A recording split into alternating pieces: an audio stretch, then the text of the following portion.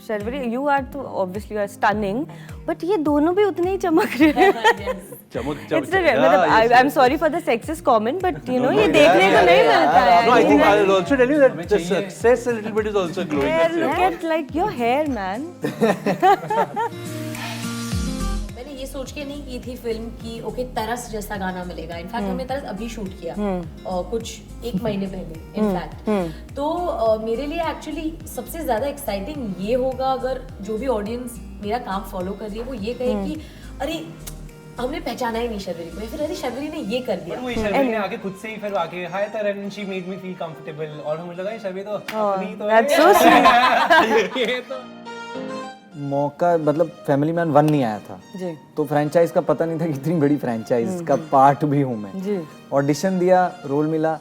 बाद में जो बेस्ट पार्ट थी 2 में से एक मैं बताता हूँ सबसे पहले कि मनोज सर के साथ काम करने का मौका मिला। जी सर ने एक्शन बोला, कट बोला, मैंने किया चले जाएंगे। हाँ। पर अनफॉर्चुनेटली ऐसा है नहीं। मूवी बनाने में 100 लोग 200 लोग सेट पे हैं और उनका मूड और उनका दिन, इनफैक्ट उनका लंच भी मेरे पे डिपेंड करता है कि मैं टेक सही दूंगा कि नहीं दूंगा। तो जब भी मैं था तो उनका लंच लेट ही हो रहा था। बहुत ही इंटरेस्टिंग बात हुई कि जब भी डेट सेट हो रही थी ना 7 जून, तभी कैलेंडर तो पता था कि 9 जून को इंडिया पाकिस्तान है, जो संडे है तो संडे कोई भी फिल्म के लिए बहुत इंपॉर्टेंट होता है। और कल रात को जब हमने कलेक्शन देखा कि मैच भी चल रही है पर थिएटर भी भरे हुए हैं, which was a very exciting.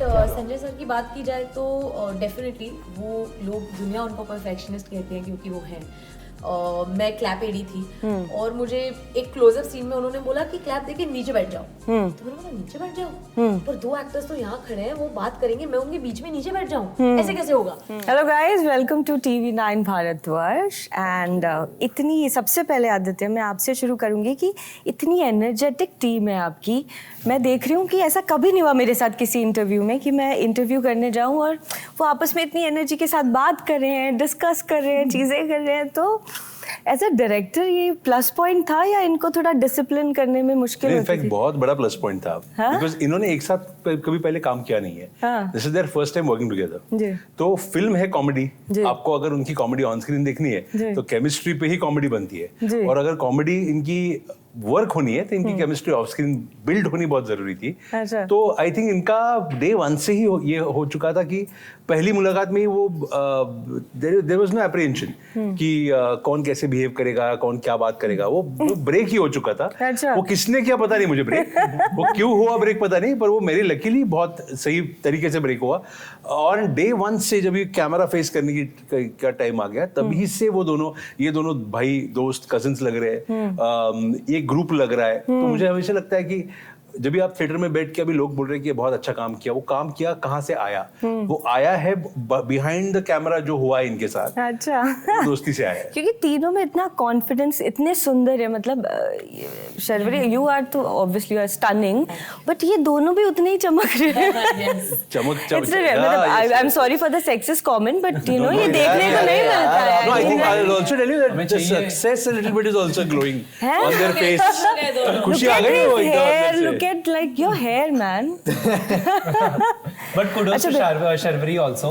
जब शर्वरी पहले दिन भी शूट पे आई तो शर्वरी वाज विद 5-6 पीपल और मैं अभी को ऐसे बोला था कि so I had a perception कि she has done a movie और इसे मूवी कर रखी है, YRF की मूवी कर रखी है, एंड मेरे लिए तो एक पूरी साउथ बॉम्बे गर्ल थी शर्वरी में। हमसे मुझसे बात She is a South Bombay girl. She is a south Bombay हुआ क्यों बोल रहा है Sharvari? You absolutely look like, you talk like South Bombay girl. That is that. But वही शर्वरी ने आके खुद से ही फिर आके hi Taran she made me feel comfortable और मुझे लगा ये शर्वरी तो अपनी तो That's so sweet. ये तो ऐसे अपने पुणे में। But I think kudos to Sharvari also. Yes. तो बेसिकली गाइस कि इंडिया में ऑलरेडी जो है रीजनल जो स्टोरीज हैं वो काफ़ी लोगों तक कनेक्ट करती हैं। जैसे हमने देखा कि तुम्बाड़ हुई, कंतारा फॉर दैट मैटर इतनी ह्यूज सक्सेस हुआ। तो ये जो इस तरीके की मैं कहूँ कि फोकलोर जो है वो एक तरीके से उसने इंडिया में एक हॉरर जॉनर को बरकरार रखा है, लेकिन उसमें जो आपने एड ऑन एक तड़का लगाया कॉमेडी का, क्या वो रिक्वायर्ड था या आपको लगता है कि क्योंकि वो बहुत ही 2 एकदम डिफरेंट इमोशंस है? हमने वो स्त्री में देखे हैं, लेकिन you know in this film क्या था? मतलब वो was it a risk game for you? No I tell you what, मैं सिंपल बिलीव करता हूँ कि फिल्म बननी क्यों चाहिए, लोगों को आके उसको एंजॉय करना चाहिए. Cinema is used as a big tool of entertainment. हमने बहुत अलग अलग हिसाब से फिल्में देखी है, जो बचपन में भी देखी है, जो हमें याद रहती है कि यार एक फैमिली जाके हमने सिंगल स्क्रीन में बैठ के फिल्म एंजॉय की है. वो फिल्में हमारे साथ रहती है, वो एक्सपीरियंस रहते हैं. और मुझे लगता है कि ये फिल्म बनाते हो ना आप, तभी एक बड़े लेवल पे उसको एक्सपीरियंस करने के लिए बनाते हो. तो आपको वो फिल्म में जो प्रॉमिस है वो ऐसा देना चाहिए कि लोग अपनी जिंदगी की जो परेशानी है वो भूल के जाके थिएटर में बैठे. नहीं तो थिएटर में क्यों जाएंगे? आप घर पे ही इतने परेशान हो, फिर अब सब छोड़ के टाइम निकाल के ट्रैफिक में बच्चों को लेके खर्चा करके फिल्म देख रहे हो. It has to offer you entertainment. और मुझे लगता है कि ये हॉरर कॉमेडी का जो कॉम्बिनेशन है ना, बहुत बढ़िया है. बिकॉज आप डरा भी रहे हो, हंसा भी रहे हो, और आप दोनों करते वक्त ना लोग वो इतने वेरियस इमोशंस को एक्सपीरियंस करते और एंजॉय भी करते हैं. तो ये क्लियर था फ्रॉम डे वन कि will make a comedy and will have spooks horror in the comedy. ये भी एक थोड़ा रिस्क गेम होता है क्या? क्योंकि हमने जनरली देखा इंडिया में ऐसा होता है कि जो भी हॉरर फिल्म्स बनती हैं वो एट द वेरी मोमेंट उतनी कमर्शियल हिट नहीं होती है, लेकिन बाद में उन्हें बहुत अप्रिशिएट किया जाता है. तो ये कभी मतलब इनिशियली लगा, ये डर था कि example Tumbbad is one of my most favourite films, पर तुम्बाड़ बॉक्स ऑफिस पे नहीं चली. और ये सबसे बड़ा क्लियर इंडिकेटर है, क्योंकि मुझे कोई भी मीडिया का भी बंदा मिलता है, कोई भी इंटरव्यू लेता है, तो ये सब कोट करते हैं कि तुम्बाड़ जैसी फिल्म बनी नहीं. पर मेरा वही पॉइंट है कि फिर तुम्बाड़ चली क्यों नहीं? अगर तुम्बाड़ जैसी इतनी अच्छी फिल्म बनी है तो वो चलनी भी चाहिए थी. और उसका रीजन भी है कि अपनी ऑडियंस जो है ना, वो थिएटर में प्रेफर करती है एक अलग टाइप का सिनेमा देखना, और फिर तुम्बाड़ को वो देखेंगे बाद में, वो अपने OTT पे देखेंगे या अपने मोबाइल पे देखेंगे. जी. तो वो है डिफरेंस, है ना, there is that difference. Sharvari, आपको जो स्पेशली जो यूथ है वो आपका स्क्रीन प्रेजेंस काफ़ी पसंद करता है, आपकी अच्छी खासी फ़ैन फॉलोइंग है, बहुत अप्रिशिएट करते हैं. लेकिन जब आपने हॉरर फिल्म के लिए हामी भरी, तो कहीं क्या वो डर था कि वो मेंटेन करना, वो चार्म स्क्रीन पे उस डर के साथ, अगर ये तरस वाला जो सुपरहिट गाना अगर नहीं आता तो क्या वो थोड़ा डिफिकल्ट होता? या आप तब भी आप तब भी उसमें उसका थोड़ा सा नहीं, बिल्कुल डिफिकल्ट ना होता. The way she has performed, यार, it speaks for herself. No, I think तरस was कभी ये मतलब जब मैंने फिल्म स्टार्ट की और हम सब इस फिल्म पे जैम कर रहे थे, ये गाना ऐसा होगा, ये गाना करेंगे, ये ऐसा ज्यादा कॉन्वर्सेशन था नहीं. तो मैंने ये सोच के नहीं की थी फिल्म की ओके तरस जैसा गाना मिलेगा. इनफैक्ट हमने तरस अभी शूट किया कुछ 1 महीने पहले इनफैक्ट. तो मेरे लिए एक्चुअली सबसे ज्यादा एक्साइटिंग ये होगा अगर जो भी ऑडियंस मेरा काम फॉलो कर रही है वो ये कहे कि अरे हमने पहचाना ही नहीं शर्वरी को, या फिर अरे शर्वरी ने ये कर दिया. आई थिंक ये जो कॉम्प्लीमेंट्स होते हैं वो सबसे ज्यादा बड़े होते हैं for an actor, because I feel like कि जो वैरायटी आप दिखाते हो is always what will stick. इसीलिए लोग आएंगे आपको देखने के लिए ताकि कुछ नया दिखे हर बार. तो मैंने बिल्कुल ऐसा नहीं सोचा था. इनफैक्ट मैं बहुत एक्साइटेड थी कि इस स्क्रिप्ट में ऐसे ट्विस्ट एंड टर्न्स है और ऐसा एक सरप्राइज फैक्टर है. तो मेरे लिए एक्चुअली वो सेलिंग पॉइंट था फिल्म का. जी एब्सोल्युटली. शर्वरी, आपने बैक कैमरा भी काम किया है, आप AD रही हैं और बड़े डायरेक्टर की आप AD रही हैं. तो क्या वो एज एन एक्टर एक हेल्प करता है? आप ज्यादा टेक्निकल चीजों को समझती हैं, डायरेक्टर के लिए आसानी होती है क्या? ऐसा था आदित्य आपके इन्हें लेकर? संजय लीला मंसाली से जी भाई, उनसे वही असिस्ट किया, तो she will tell you better. मैं नाम नहीं लेना चाह रही थी अभी आपके. नहीं, वो इतना बड़े डायरेक्टर का नाम क्यों ना ले? अरे हम सबकी फेवरेट है वो. बिल्कुल लेजेंडरी फिल्म है. तो एक्चुअली बाजीराव मस्तानी पे मैंने किया था असिस्टेंट डायरेक्टर का काम. और आई फील लाइक कि वैसे ही मैंने एक्चुअली प्यार का पंचनामा 2 और सोनू की पे भी काम किया था, जो दोनों कॉमेडी फिल्म्स थी. और आई थिंक वो भी एक लर्निंग एक्सपीरियंस स्पेशली इस फिल्म के लिए बहुत इंपॉर्टेंट था. बट संजय सर की बात की जाए तो डेफिनेटली वो लोग, दुनिया उनको परफेक्शनिस्ट कहते हैं क्योंकि वो हैं. और आई थिंक उनके सेट पे जो एक मैजिक क्रिएट होती है ना, उसके लिए आप तरसते हो, एक्चुअली तरसते हो. लाइक मैं चाहती हूँ कि मैं वापस कब उनके सेट पे जाऊँ as an actor. Heera Mandi देखिए. जी. तो आई थिंक डेफिनेटली काम आता है. बिकॉज जब पहली बार मैं प्यार का पंचनामा 2 पे गई थी, मैं क्लैप AD थी, और मुझे एक क्लोजअप सीन में उन्होंने बोला कि क्लैप देके नीचे बैठ जाओ. तो मैंने बोला नीचे बैठ जाओ, पर 2 एक्टर्स तो यहाँ खड़े हैं, वो बात करेंगे, मैं उनके बीच में नीचे बैठ जाऊँ, ऐसे कैसे होगा? लाइक नहीं, टाइट क्लोजअप है, आप दिखोगे ही नहीं। तो तब मैंने सोचा कि एक्टर्स काम कैसे करते हैं, इतने सारे लोग उनके आजू बाजू में कॉन्स्टेंटली लाइट ये वो सारी चीजें होती है। तो उस दिन के बाद मुझे रियलाइज हुआ कि एक्चुअली बहुत सारी टेक्निकल चीजें जो होती है वो एक्टर्स को भी ध्यान में रखनी पड़ती है। जी वाह। जी बिल्कुल ऐसे नहीं होता कि आप आ गए, आप प्रिपेयर्ड हो, आप लाइन बोल दो, अब घर जाओ, ऐसे नहीं होता। क्योंकि हर एक टेक्नीशियन अपना बेस्ट दे रहा है। जैसे DOP wants to capture you in the best form, you know. तो इफ दे थिंक कि नहीं ये लाइट वर्क नहीं कर रहा, एक बेटर लाइट हो सकती है, तो you have to give them that respect and say okay sir मैं वापस करूंगी। क्या बात so those small things I think I definitely learned being behind the camera. जी। अभी तो आपकी आगे कई सक्सेसफुल फिल्म्स बाकी हैं, but touch wood absolutely. Coming to अबे, फैमिली मैन कितना बड़ा टर्निंग पॉइंट था आपकी लाइफ में, और उसके बाद से कितना करियर में चेंज आया? ओ बाप रे। ऑनेस्टली बताऊं तो सबसे पहली बात मौका, मतलब फैमिली मैन 1 नहीं आया था जी, तो फ्रेंचाइज का पता नहीं था कि इतनी बड़ी फ्रेंचाइज का पार्ट भी हूँ मैं जी। ऑडिशन दिया, रोल मिला। बाद में जो बेस्ट पार्ट थी 2 में से एक मैं बताता हूँ सबसे पहले, कि मनोज सर के साथ काम करने का मौका मिला जी।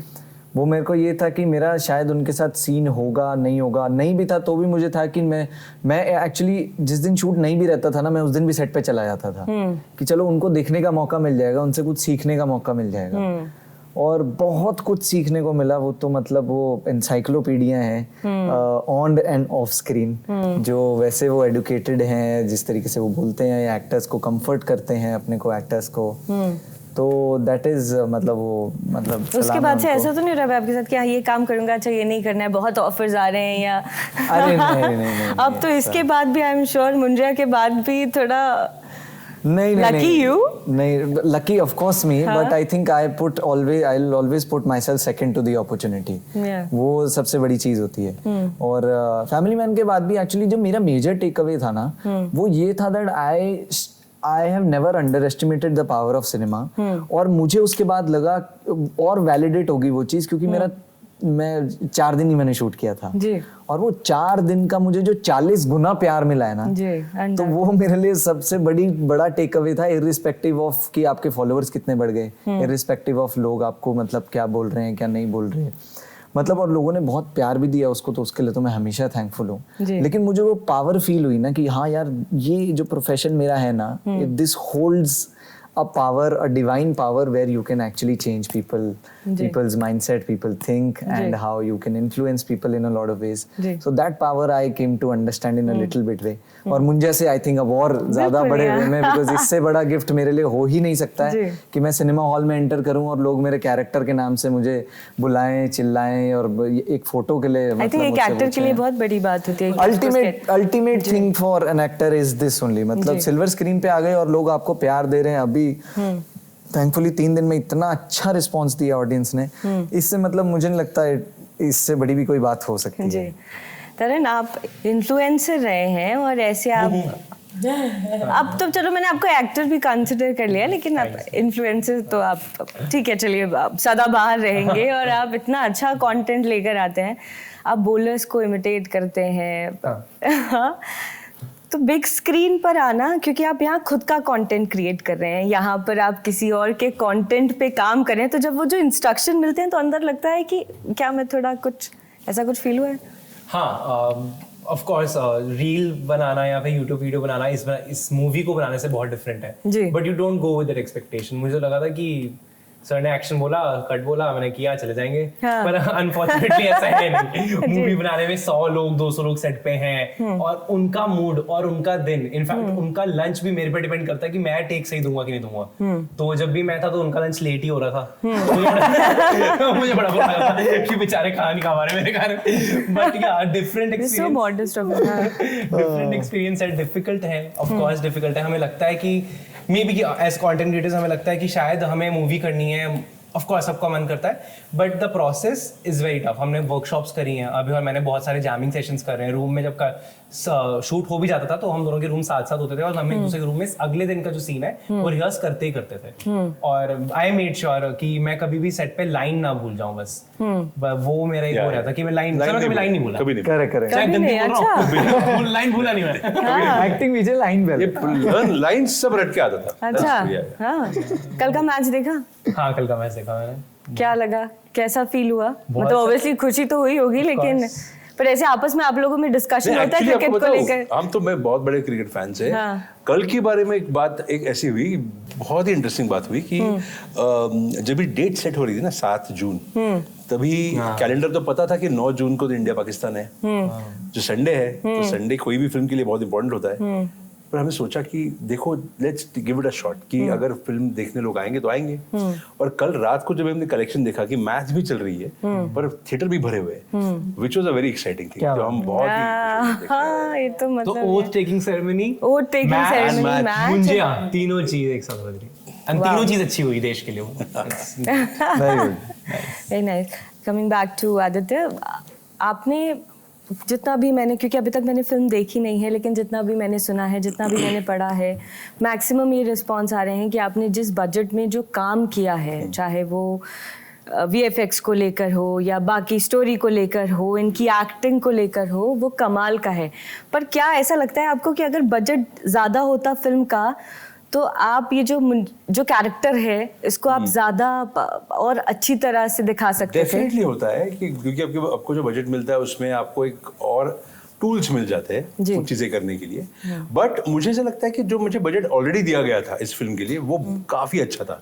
और उसका रीजन भी ये था क्योंकि हम देखो एक एक्सपेरिमेंटल फिल्म बना रहे थे कि मुंजा ऐसी स्टोरी है महाराष्ट्र की, जो गांव से आने वाले एक लेजेंड है, तो वो नेशनल लेवल पे लोग पसंद करेंगे कि पता नहीं, हम न्यू कमर्स ऐसे सारे, मेरी पहली हिंदी फिल्म है, इसकी पहली फिल्म है, हर फर्स्ट सोलो लीड, तो इतने फर्स्ट थे ना, इतने डेब्यूटेंट्स थे कि हमने सोचा कि चलो खर्चा तो करेंगे पर कितना करेंगे उस पर एक थोड़ा लिमिट रहेगा, एक लॉजिक भी होना चाहिए, फिल्म ने पैसे भी कमाने चाहिए। बिकॉज मैं बहुत स्ट्रांगली बिलीव करता हूँ कि फिल्म कोई भी रहे, कितने भी बजट की रहे, उसने अपना पैसा रिकवर तो करना चाहिए। Practically of course at the end पैसा तो रिकवर होना ही चाहिए। तो हमने वो सोचा था कि इसको कितना पुश करेंगे बजट वाइज। तो जो हमारे प्रोड्यूसर है दिनेश विजयन, उन्होंने बहुत अच्छा बजट दिया मुझे और बोला कि देख ये न्यू कमर्स है, तू ले चांस इनके पास, मैं चांस लेता हूँ, ये बजट रखते हैं, इसमें बनाते फिल्म। और मैं बोला चलो ये सही है, इस पे मेहनत करके फिल्म बनाते।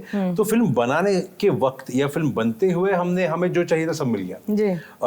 पर देखो टेक्नोलॉजी ऐसी बात है ना कि the sky is the limit, आप जितना पुश करोगे उतना करते जा सकते हो। हमने 200 करोड़ की भी फिल्में देखी है जिसमें टेक्नोलॉजी का इस्तेमाल हुआ है, और मुंजा उसके 10% वाली फिल्म है, तो ऐसे भी सब हमने देखा है। तो आई ऑलवेज फील कि every film dictates it's requirement. अब ये चल गई तो मुझे मे बी सीक्वल में बजट बढ़ेगा, मे बी और बेटर मुझे दिखेगा। इट इज अंडर द स्त्री यूनिवर्स। इट इज इसका फिल्म में अभी I will not give you any spoilers, spoilers नहीं दूंगा क्योंकि फिल्म देखनी तो चाहिए सबने, तो उसमें है चीजें कुछ आप देखोगे फिल्म समझ में आएगा जी। शर्वरी, आपके जो अपकमिंग प्रोजेक्ट्स हैं वो बड़े बड़े प्रोजेक्ट्स हैं, और आप आलिया भट्ट के साथ नज़र आने वाली हैं, और अभी फिर हाल ही में आपकी वेदा जॉन इब्राहिम के साथ आने वाली है।